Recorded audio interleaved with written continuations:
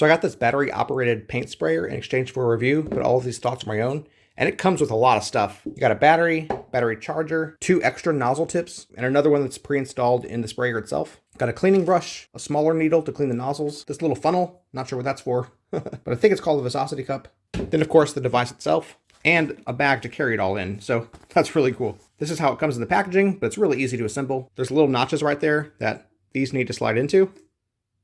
So it slides in very easily, just like this. And you hear it click. If you ever need to take it apart, there's a button here. You can push that down and pull it apart. Of course, this is where you'll put the paint. There's markings here showing how many milliliters it has in it. And the top one is 1200. A little more space there at the top, but probably just fill it to the 1200. If you ever need to change a tip, it's really easy to do. This screws off like this. And then this tip comes off, just slides off like that. And the new one goes on the same way. And then this part screws over it just like that. So now it has that tip on it. Here on the front, you can see that there's different ways for the paint to come out of the sprayer. You can have it vertically or horizontally. And then these tips, if you look real close, they show how big the nozzle is. I guess that's in millimeters, and therefore how much paint can come out of that nozzle at a time. This is the smallest one, 1.5. That one's 1.8. So you have 3 different measurements there. The battery actually has a battery level indicator on it. You push that button. It'll show you how much battery life is remaining in the battery. That's really cool. It's a 20 volt battery, which should be plenty sufficient for a paint sprayer. It slides on the bottom, just like this. Then it's ready to go. Just pull the trigger.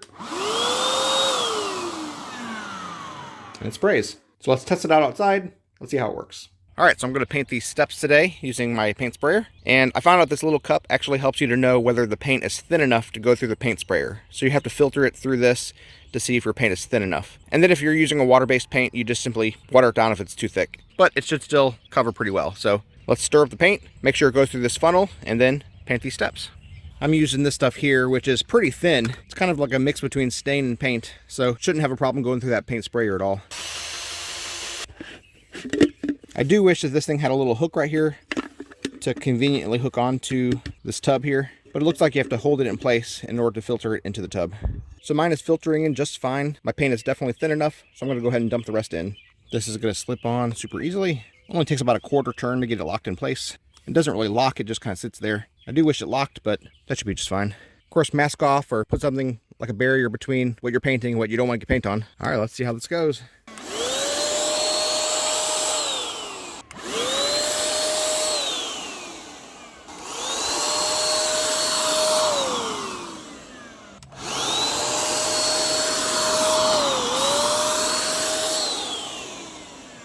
Coats it very quickly. Not seeing any drips or anything just yet, so I'm going to keep on going and see how we do.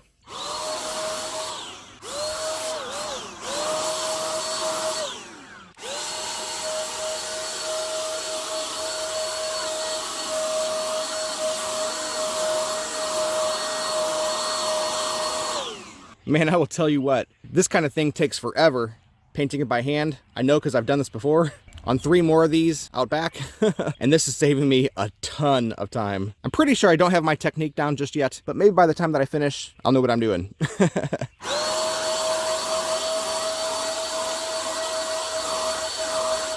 This took me at least half an hour to an hour on the other ones that I was doing. Man, but using this thing, less than 2 minutes. I'm a big fan already. I love it. I will need to go back over this with a paintbrush to get all the drips because it is dripping. The more you put paint on it, obviously, it's going to drip a little bit. But just grab a small brush, go over those drips, and it looks great.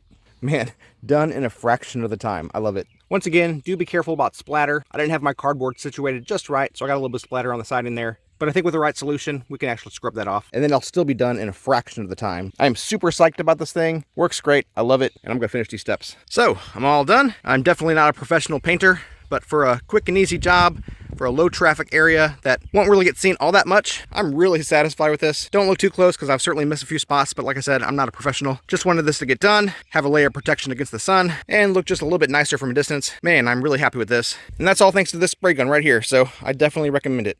There's a link in the description. If you order through that, I get a small commission. I would greatly appreciate it.